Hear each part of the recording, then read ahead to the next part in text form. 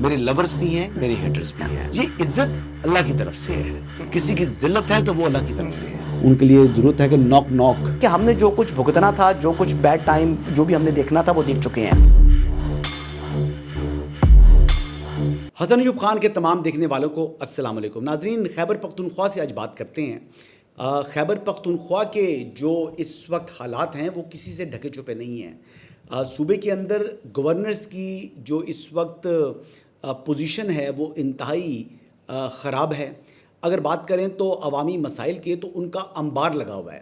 خیبر پختونخوا کے جو عوام ہیں اس وقت یعنی وہ بے یار و مددگار ہیں، لیکن سیلف پروجیکشن اور ٹک ٹاک والے جو چیف منسٹر ہیں سہیل آفریدی، وہ مختلف زاویوں سے ہر روز اپنی ویڈیوز بنواتے ہیں اور سوشل میڈیا پر ڈلوا دیتے ہیں. اور ہر روز سوشل میڈیا کی ایپیٹائٹ کے لیے ان کی جانب سے ایسا بیان دیا جاتا ہے جو کہ بظاہر ان کے خیال میں ان کی یعنی اس دن کی جو پروگریس ہے، دعوے وہ کرتے رہتے ہیں لیکن عمل درآمد صفر. اگر میں صفر کی بات کروں تو نیگیٹو کے اندر صوبہ اس وقت پہنچ چکا ہے. 900 ارب روپے کا مقروض ہو چکا ہے. لیکن سہیل آفریدی صاحب کبھی اس کی کبھی لپٹنا پلٹنا جھپٹنا اس قسم کی باتیں کرتے ہیں، یعنی نہ سر نہ پیر. تو جو گفتگو وہ کر رہے ہیں، آج وہ بجلی سے متعلق بات کر رہے تھے. یہ جو سوشل میڈیا کے اوپر میں نے ان کا ایک کلپ دیکھا ہے، ویسے میرے پاس اتنا ٹائم نہیں کہ میں ان کی پوری تقریر سنوں، لیکن جو سوشل میڈیا پر ان کا کلپ لوگوں نے شیئر کیا، وہ کہتے ہیں کہ جو خیبر پختونخوا کے ساتھ زیادتی ہو رہی ہے اور پنجاب کے حوالے سے کہہ رہے ہیں کہ پنجاب کو زیادہ ریلیف مل رہا ہے. زیادہ جو خیبر پختونخوا کا صوبہ ہے وہ اپنی ضرورت سے زیادہ اس کی پیداوار ہے، لیکن ان کو بجلی اس تناسب سے نہیں مل رہی. پہلے سہیل آفریدی کی جو ہے وہ گفتگو سنیں. خیبر پختونخوا کو سالانہ 36 ارب روپے ملتا ہے. ہم بجلی بھی جو ہمارا ادھر زیر استعمال ہے اسے زیادہ پروڈیوس کر رہے ہیں، باقی پاکستان کو دے رہے ہیں، پاکستان کو فائدہ دے رہے ہیں، باقی صوبوں کو بھی فائدہ دے رہے ہیں. لیکن اس کے باوجود ہمیں خیبر پختونخوا کو 36 ارب روپے، لیکن پنجاب جو ہم سے پیچھے ہے اور وہاں پر عوامی حکومت ہے بھی نہیں، جعلی حکومت ہے، عوامی مینڈیٹ کو چوری کر کے آئی ہے، ان کو 65 ارب روپے دیے جا رہے ہیں. وہ پنجاب کی عوام پر نہیں، ان کے جیبوں میں جا رہے ہیں، وہ اپنے جیبوں میں رکھ رہے ہیں. لیکن خیبر پختونخوا کو 36 ارب روپے. یہ ہمیشہ سے ہمارے ساتھ امتیازی سلوک ہو رہا ہے. یہ ہمیشہ سے خیبر پختونخوا کو جو ایک مائنڈ سیٹ ہے، جو بند کمروں میں فیصلے کرتے ہیں، انہوں نے خیبر پختونخوا کو تجربہ کار بنایا ہوا ہے. لیکن یہ بھی مزید نہیں چلے گا انشاءاللہ تعالی. اب وہ 36 ارب اور 65 ارب میں چلے گئے ہیں. جو بات وہ کرتے ہیں وہ بات اپنی ایکسپلین تک نہیں کر سکتے. جو ان کا یہ سٹیٹمنٹ ہم نے چلایا ہے، اس سے کیا سمجھ آئی آپ کو؟ اچھا خاصی لمبی بات کی انہوں نے، لیکن وہ اپنی بات کا مفہوم ایکسپلین نہیں کر سکتے. یہ ان کی ٹوٹل اہلیت ہے. اچھا، رہا سوال، اب وہ کہتے ہیں جی کہ میں نے 200 ارب کا پیکج دے دیا ہے، اس کی وجہ سے جناب تمام لوگ دشمن ہو چکے ہیں. دیکھیں جی، خیبر پختونخوا پاکستان کے ماتھے کا جھومر ہے. خیبر پختونخوا کے جو غیور عوام ہیں انہوں نے ہمیشہ پاکستان کے لیے قربانیاں دی ہیں. خیبر پختونخوا کے جو عوام ہیں وہ تو سونے میں تولنے کے برابر ہیں، لیکن ان کے حکمران یعنی وہ اتنے ہی نااہل، ناکارہ اور نکمے ہیں. اور یہ اس کی بنیادی وجہ جی کیونکہ حکومت کی سب سے پہلی اولین ترجیح ہوتی ہے کہ عوام کی جان اور مال کا تحفظ کیا جائے، ان کو پروٹیکٹ کیا جائے، ان کو پروٹیکشن ملے. اسٹیٹ اپنی یعنی رٹ جو ہے وہ اسٹیبلش کرے.